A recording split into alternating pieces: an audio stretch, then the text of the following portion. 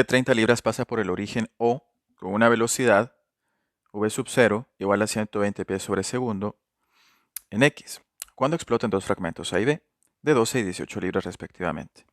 Si se sabe que 3 segundos después la posición del fragmento A es 300 pies, 24 pies, menos 48 pies, determine la posición del fragmento B en el mismo instante. Suponga que la aceleración en Y es igual a menos G, y esto quiere decir que es igual a menos 32.2 pies sobre segundo cuadrado. E ignore la resistencia del aire. Entonces el movimiento de esta bala es el movimiento de un proyectil. Justo cuando pasa por el origen del sistema de coordenadas solo tiene una velocidad con componente en X.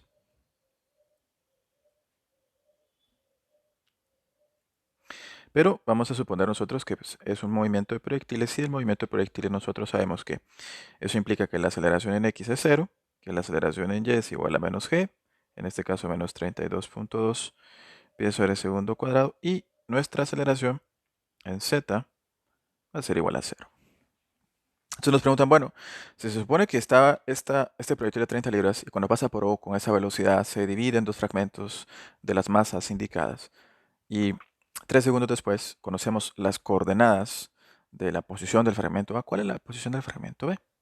Entonces, para poder responder esto, vamos a considerar de que para un sistema de partículas, podemos decir nosotros que podemos considerar como que toda la masa del sistema de partículas se concentra en el centro de masa, y que el centro de masa se mueve como que si todas las fuerzas que actúan sobre cada una de las partículas individuales actuaran sobre él. Entonces vamos a considerar en este caso que el movimiento del centro de masa de este proyectil de 30 libras seguiría siendo el mismo, como que si no se hubiese fragmentado. Eso nos va a permitir a nosotros conocer, bueno, cuál sería la posición del centro de masa después de 3 segundos si el proyectil no se hubiese fragmentado. Y con base a eso, y con base también a la ecuación para el cálculo del centro de masa de un sistema de partículas, podemos encontrar la posición del fragmento B. Vamos a decir que el vector de posición del centro de masa va a ser igual a la masa del fragmento A por el vector de posición del fragmento A más la masa del fragmento B por el vector de posición del fragmento B. Entonces, en este caso, la, la posición del fragmento B la podemos encontrar despejando acá. Si conocemos cuál sería la posición del centro de masa después de 3 segundos si no se hubiese fragmentado el proyectil. Entonces, ¿cómo encontramos eso?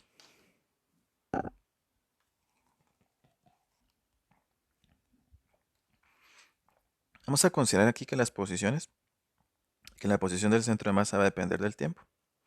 Y va a ser igual a la coordenada en X,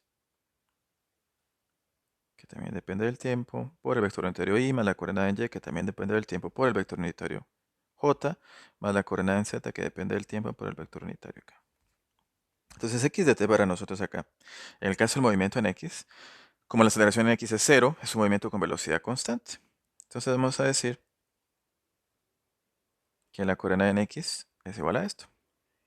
Como se supone que se divide en los fragmentos cuando pasa por el origen, entonces X sub 0 es 0. Y la componente de la velocidad en X, pues es la que nos proporciona a nosotros, 120 pies sobre segundo, multiplicado por el tiempo. Esto nos da que la posición en X que tendría el centro de masa del sistema, si no se hubiese fragmentado, sería 360 pies. Para la posición en Y, pues en Y sí tenemos una aceleración que es igual en magnitud a la aceleración, que es igual a menos G, directamente nos está indicando el signo. Entonces, la posición en Y para el centro de masa sería igual a esto.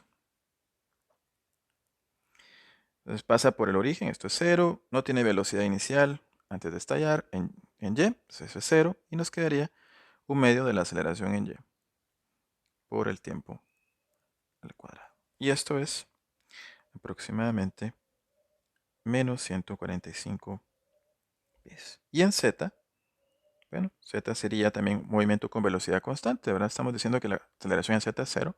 Entonces esto va a ser igual a z inicial más la velocidad inicial en z por el tiempo. Pero aquí pues pasa por el origen, entonces z sub 0 es cero y no tiene velocidad en z eh, cuando pasa por el origen antes de fragmentarse. Entonces todo esto es cero.